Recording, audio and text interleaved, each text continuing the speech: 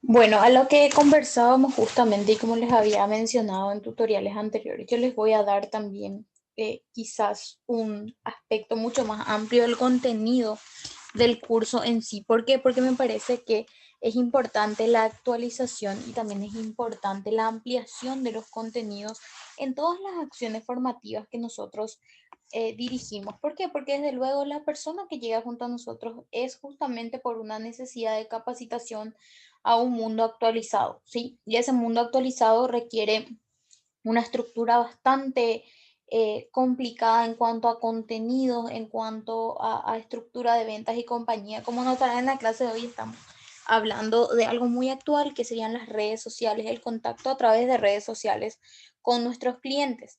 Entonces, es importante hablar también de las necesidades humanas y es justamente por eso que preparo este pequeño tutorial para que también ustedes fijen estos conocimientos que me parecen de radical importancia al hablar de las necesidades humanas.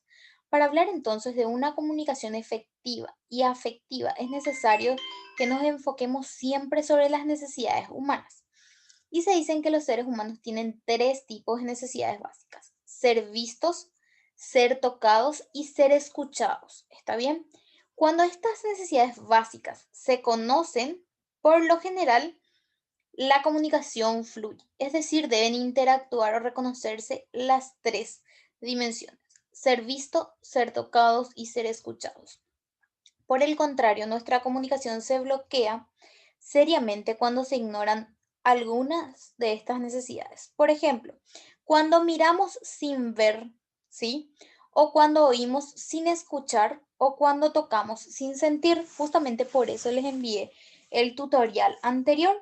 Sí, nosotros podemos mirar, pero no ver, ¿sí? Y también podemos oír, pero no escuchar. ¿Por qué? Porque cuando yo escucho, debo tener todos mis sentidos puestos en lo que la persona me está diciendo. Ahora, si yo estoy haciendo otra cosa y una persona viene y me habla, por lo general yo puedo oír solamente parte de lo que esa persona me quiso decir o intentó comunicar. ¿Está bien?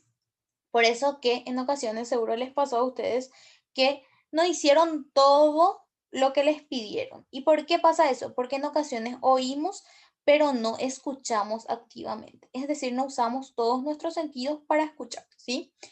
Y también pasa que en ocasiones tocamos, pero sin sentir. En otras palabras, en ocasiones nosotros nos encontramos desconectados y eso genera que no se podríamos decir que no se dé el proceso de comunicación como se debiera de dar.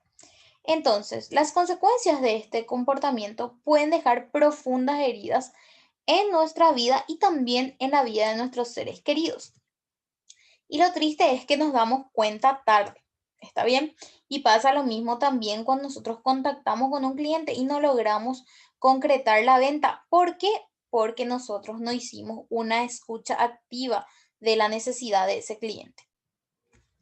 En ocasiones es tan importante que nosotros realicemos una comunicación fluida y tengamos una comunicación efectiva, por sobre todo en el entorno familiar, así como también en el entorno laboral, porque llega un momento en que nosotros quizás perdemos a ciertas personas que en su momento no aprovechamos el tiempo con esa persona y terminamos arrepintiéndonos. Entonces, eso generan heridas tan profundas, como bien decía el material, que en ocasiones son daños que son irreparables. O sea, no podemos volver a una persona a la vida, ¿sí?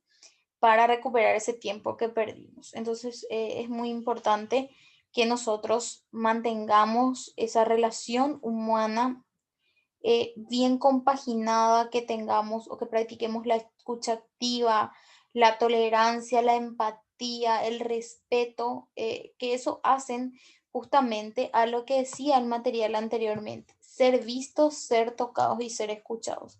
En todo ese aspecto engloba esa empatía, ese respeto, esa tolerancia que tanto necesitamos en nuestro día a día, ¿sí? Y esto se cumple tanto en el ámbito personal como también en el ámbito profesional. Entonces, la mayoría de nosotros ha pagado un precio por esto. El precio de no sentirse bien con uno mismo y con los demás de no sentirse también amado o incluido, podría decir también, o podríamos decir también dentro de un núcleo, ¿sí?